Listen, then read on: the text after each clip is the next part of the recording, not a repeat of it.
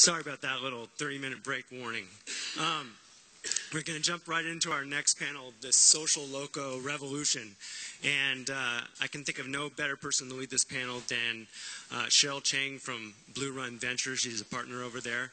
And actually this session came about a few months ago, and we did it internationally in Barcelona.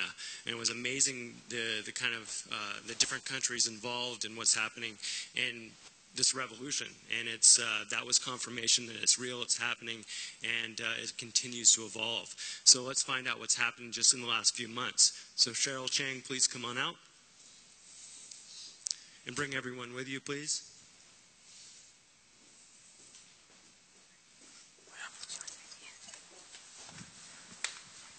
Hi, good morning. Glad you guys could all come on Monday. It is my pleasure to introduce this panel and everybody who is participating. So let's start with Carlos. Have a seat, sure. Okay, so this panel is really around how social location and mobile is going to drive marketing in the next 10 years and actually beyond. And it's a subject that is near and dear to me as an investor because we invest in things that we think are going to change the world. So as we do that, we have a panel of people who are living and breathing it right now. And without further ado, I'd like you guys to introduce yourselves. Victoria, why don't we start with you, and we'll come down this way. Sure. I'm Victoria Renton. I'm founder and CEO of Wildfire. We're a social media marketing software company. We have over 15,000 clients, and we serve 30 of the top 50 brands. I'm David Kurtz. I work for YP. We're focused on small and medium business advertising with a particular focus on local. I work on the publisher network side of things, which is 300 online search and mobile publishers running our ads. And we're really focused, and what I'm really focused on is the mobile aspect of that and how do we get these businesses out to mobile users. I'm Brandon Kleinman. I'm the Director of Strategy at Chiat. Out of our office, we have clients like Nissan, Infinity, Gatorade, Pepsi, and Visa, just to name a few. And I focus on both kind of integration of technology, how to use mobile, social, and digital, as well as how to get the companies to use them in a more business sense as well, outside of kind of the creative stuff. I'm Carlos Cuesta. I'm the Global Product Marketing Manager for the Google Maps API. There's over 800,000 developers around the world who use Google Maps as part of their websites or mobile applications, and I work with that ecosystem to help them think of new ways to use Google Maps and their applications. I'm Mike Ghaffari. I run business development, a familiar kind of data set. People are already using Google Maps, and we integrated the car in a way that made sense. That wasn't a straight advertisement. So I'm finding that really taking existing behaviors and existing data sets and finding a way to familiarize them with products instead of just marketing the products themselves have been the most successful so far. And Victoria, are you seeing that on the social side too?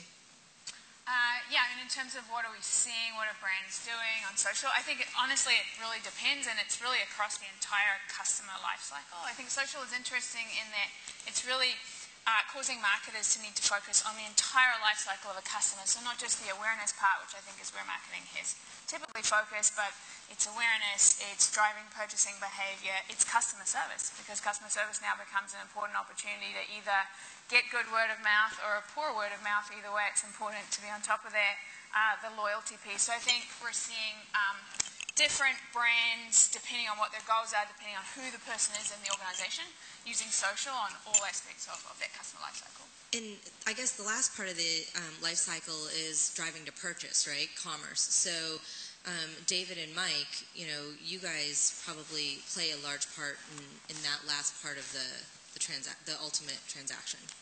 Yeah, I mean, today, obviously people are working in that direction. Today, I mean, in many ways what we're focused on in the location space is getting people to take specific actions, like driving them into stores or getting them to make calls and things like that.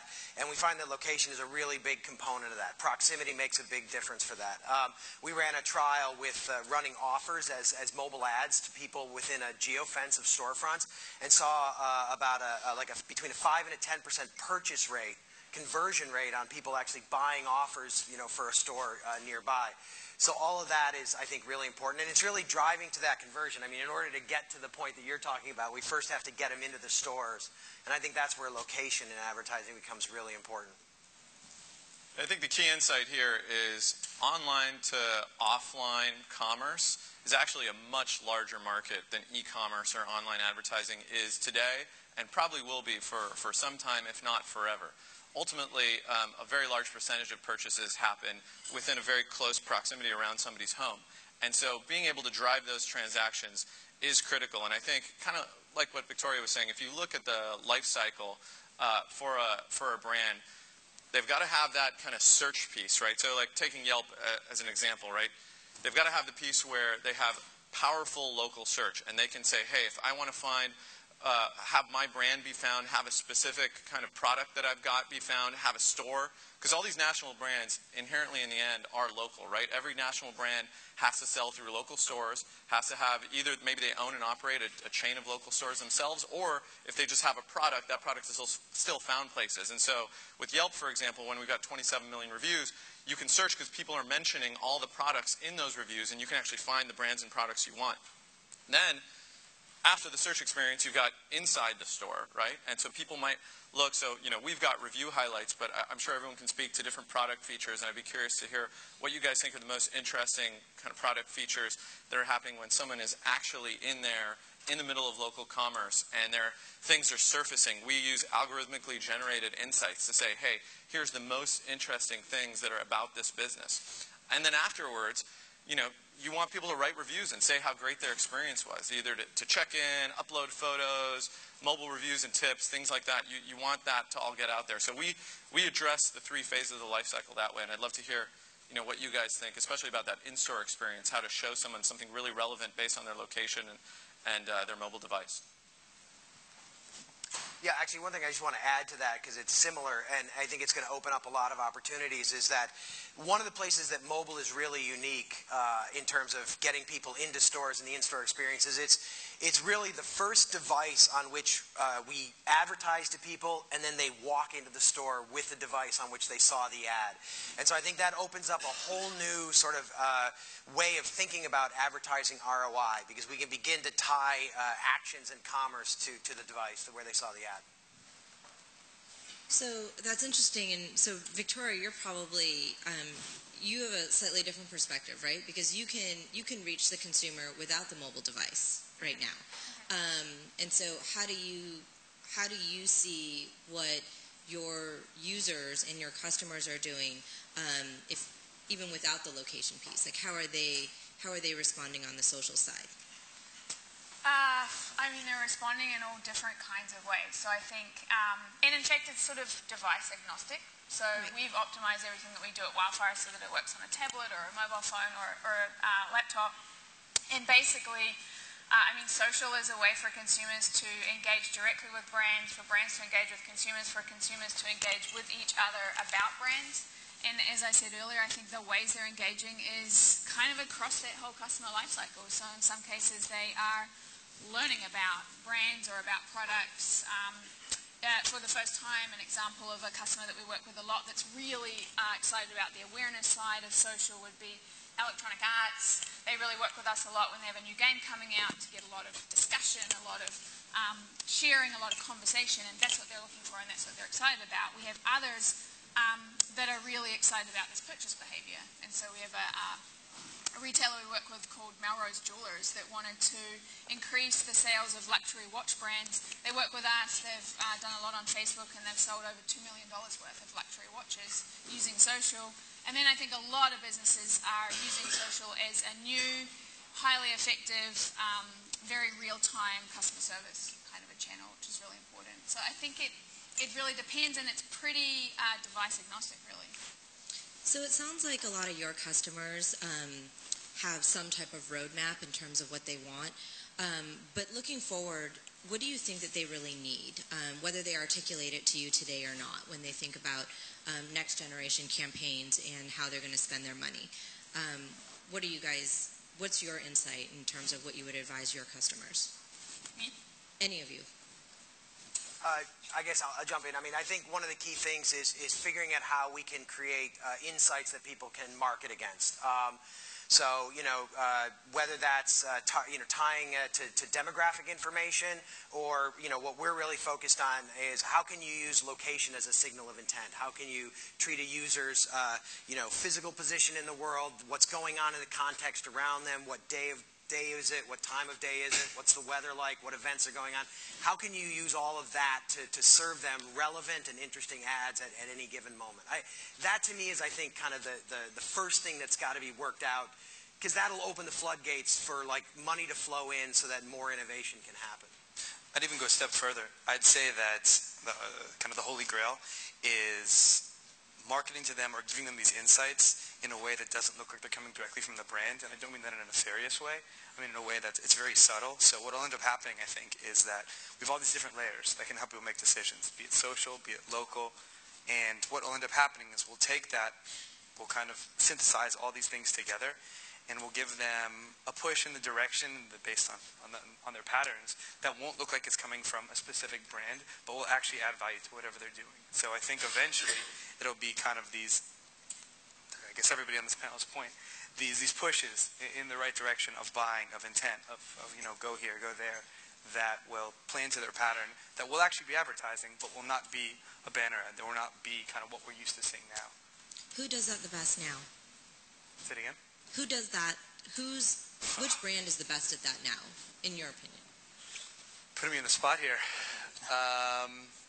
Can I pass? You can come back to it.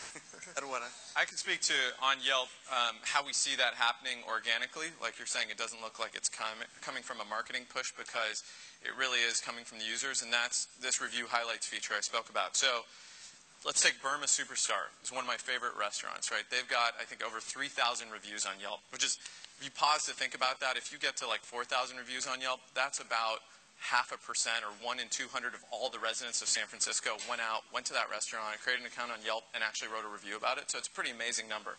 And with that, we can say, hey, look, hundreds of people all say that the tea leaf salad at Burma Superstar, if you guys haven't tried this yet, by the way, you've got to go to Burma Superstar after this conference. Try this good salad. It's really good. So hundreds of people are telling you, and they didn't just mention the word tea leaf salad. They're saying tea leaf salad is best I ever had. Great, amazing. And with the sentiment analysis, we can drive. And then you know that the samosa soup is the next best thing. And then maybe like the rainbow salad or the garlic shrimp. I'm not sure what's third, but I'm almost positive the tea leaf salad and samosa soup are the first two best ones. And so when you're a consumer, you're a user, and you're in the business, and you're seeing that kind of depth of information from hundreds of people, who are vouching for it, you go, wow, this is really incredible. But it's not just for restaurants. So, for us, restaurants were historically one of our largest categories. They still are the second largest at 22% of reviewed businesses on Yelp, but shopping is actually 23% of reviewed businesses on Yelp. It's our largest category now. And so when you're able to see those kinds of recommendations for what's inside a retail experience as well, it gets really interesting. So to add what Mike and Brandon were talking about earlier is that there are a lot of streams of information in terms of people reviewing things or rating things or getting just different types of metrics about people and what they're doing. What I've seen working with Google Maps is that advertisers and marketers need a platform to organize that information. And so the project that Brandon worked on with MyVersa and Nissan, it just asked the user, like, what is something that you think is important to you? And they built out a road trip with recommendations and places that they wanted to go. And it was putting themselves and putting the user inside of the marketing to a point where it actually added value, but it wasn't felt like they were being marketed to. But all of that was possible because we had a platform, or provided a platform to them to organize all that information. Great. So let's fast forward a little bit because we want to talk about 10 years from now or beyond. So what do you think? Brendan, you alluded to it a little bit, but what do you think next generation campaigns are going to look like? There's already been some convergence, a lot of convergence between location and mobile. Will there be convergence with social? What do you think? What do you think everybody in the audience is going to interact with 10 years from now? How's it going to look? I mean, Carlos actually totally hit it out the park on that one. Basically, what I think will happen next is everything will converge, and it will be incredibly seamless in that you will be prompted to do something that would be fun or something that you would do on your own outside of a brand, and that activity, that kind of engagement will end up being the subtle marketing. Whether it's, I promise I'm not being paid to just keep saying it, whether it's the road trip thing that we did together Or to give you another example, there was one with Nature Valley, it was granola bars. And the way that they marketed it was they created cameras, and they actually went out to different national parks and trails, and they created their own, street view-like experience along these trails. And it was sort of a non-marketing marketing, but they were tapping into that, outdoorsy nature of someone who would buy their type of granola bars, but they were being marketed to, but given this high-value tool. Exactly. And then as it grows, to kind of answer your question, the context won't only be social. It'll be, to your point, it'll be weather-related. It'll be, this person is in this location 5 times every month, most often on Thursdays. So they'll know that. All these different kind of data streams will go to at least help the creative people or the people creating the campaigns build something that adds value to these people that will, I guess, seamlessly just push brands and products into their lives. Yeah, and I mean, I think the way I always kind of think about that is that what we're going to end up with in some ways is real-world product placement as opposed to advertising, right?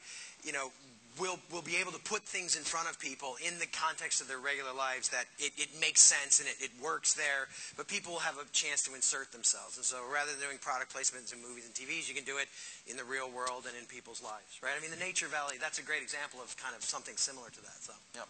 And I think what everyone's just, the theme that people are getting at here is it'll just be highly, highly personalized. So as long as, I mean, that all depends on the push towards data and very, very personalized data. There could be a backlash against that. But if there isn't, it'll just get more and more and more personalized. And I think, who knows what devices we'll be using in 10 years' time to see that. We could be walking down the street with glasses that tell us what we should be buying. It could be on screens everywhere. I think 10 years ago, social media marketing didn't even exist. We weren't really talking much about mobile marketing. All of the things we're talking about today, we weren't even talking about 10 years ago. So 10 years from today, I bet it'll be a very different conversation. But the core idea of personalized, more sort of less push marketing, more sort of natural encounters with brands, I think that theme will be there. So. And I think that there's another good point in that insofar as, if that data can be aggregated responsibly, it paints a more true picture of ourselves than we perhaps do on our social networking. People probably don't log in very much to check into Taco Bell or write reviews of Taco Bell, but they probably spend a fair amount of money at Taco Bell. So I think those kind of things can be aggregated to paint a slightly more true picture and a less idealized picture that we paint of ourselves on Facebook and whatnot. So. I think a key insight, too, if you're looking at the trend line or what the experience in the future is going to be like, is a stat from Google actually is, I think this is over a year ago, too, Google was seeing 40% of mobile searches being local. Is that right? I don't remember the exact number. It's 40% of mobile searches being local, and that's up considerably, and I think we're seeing that continue to grow. So if you really want to picture, what the future is going to look like, Mary Meeker, also famous kind of futurist, has got her Mixi example in Japan where traffic went from 80% web, 20% mobile to 80% mobile, 20% web.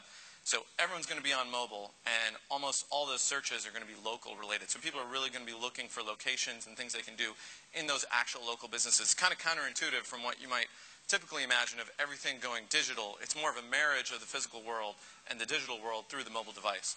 Right. Great. Okay, so thank you. If you guys are around today, stick around. I'm sure people will have questions as they're building out and thinking about their businesses. And thank you for joining us today. If there's any questions, do we have time for questions from the audience? No? No questions. Sorry. Okay. Thank you.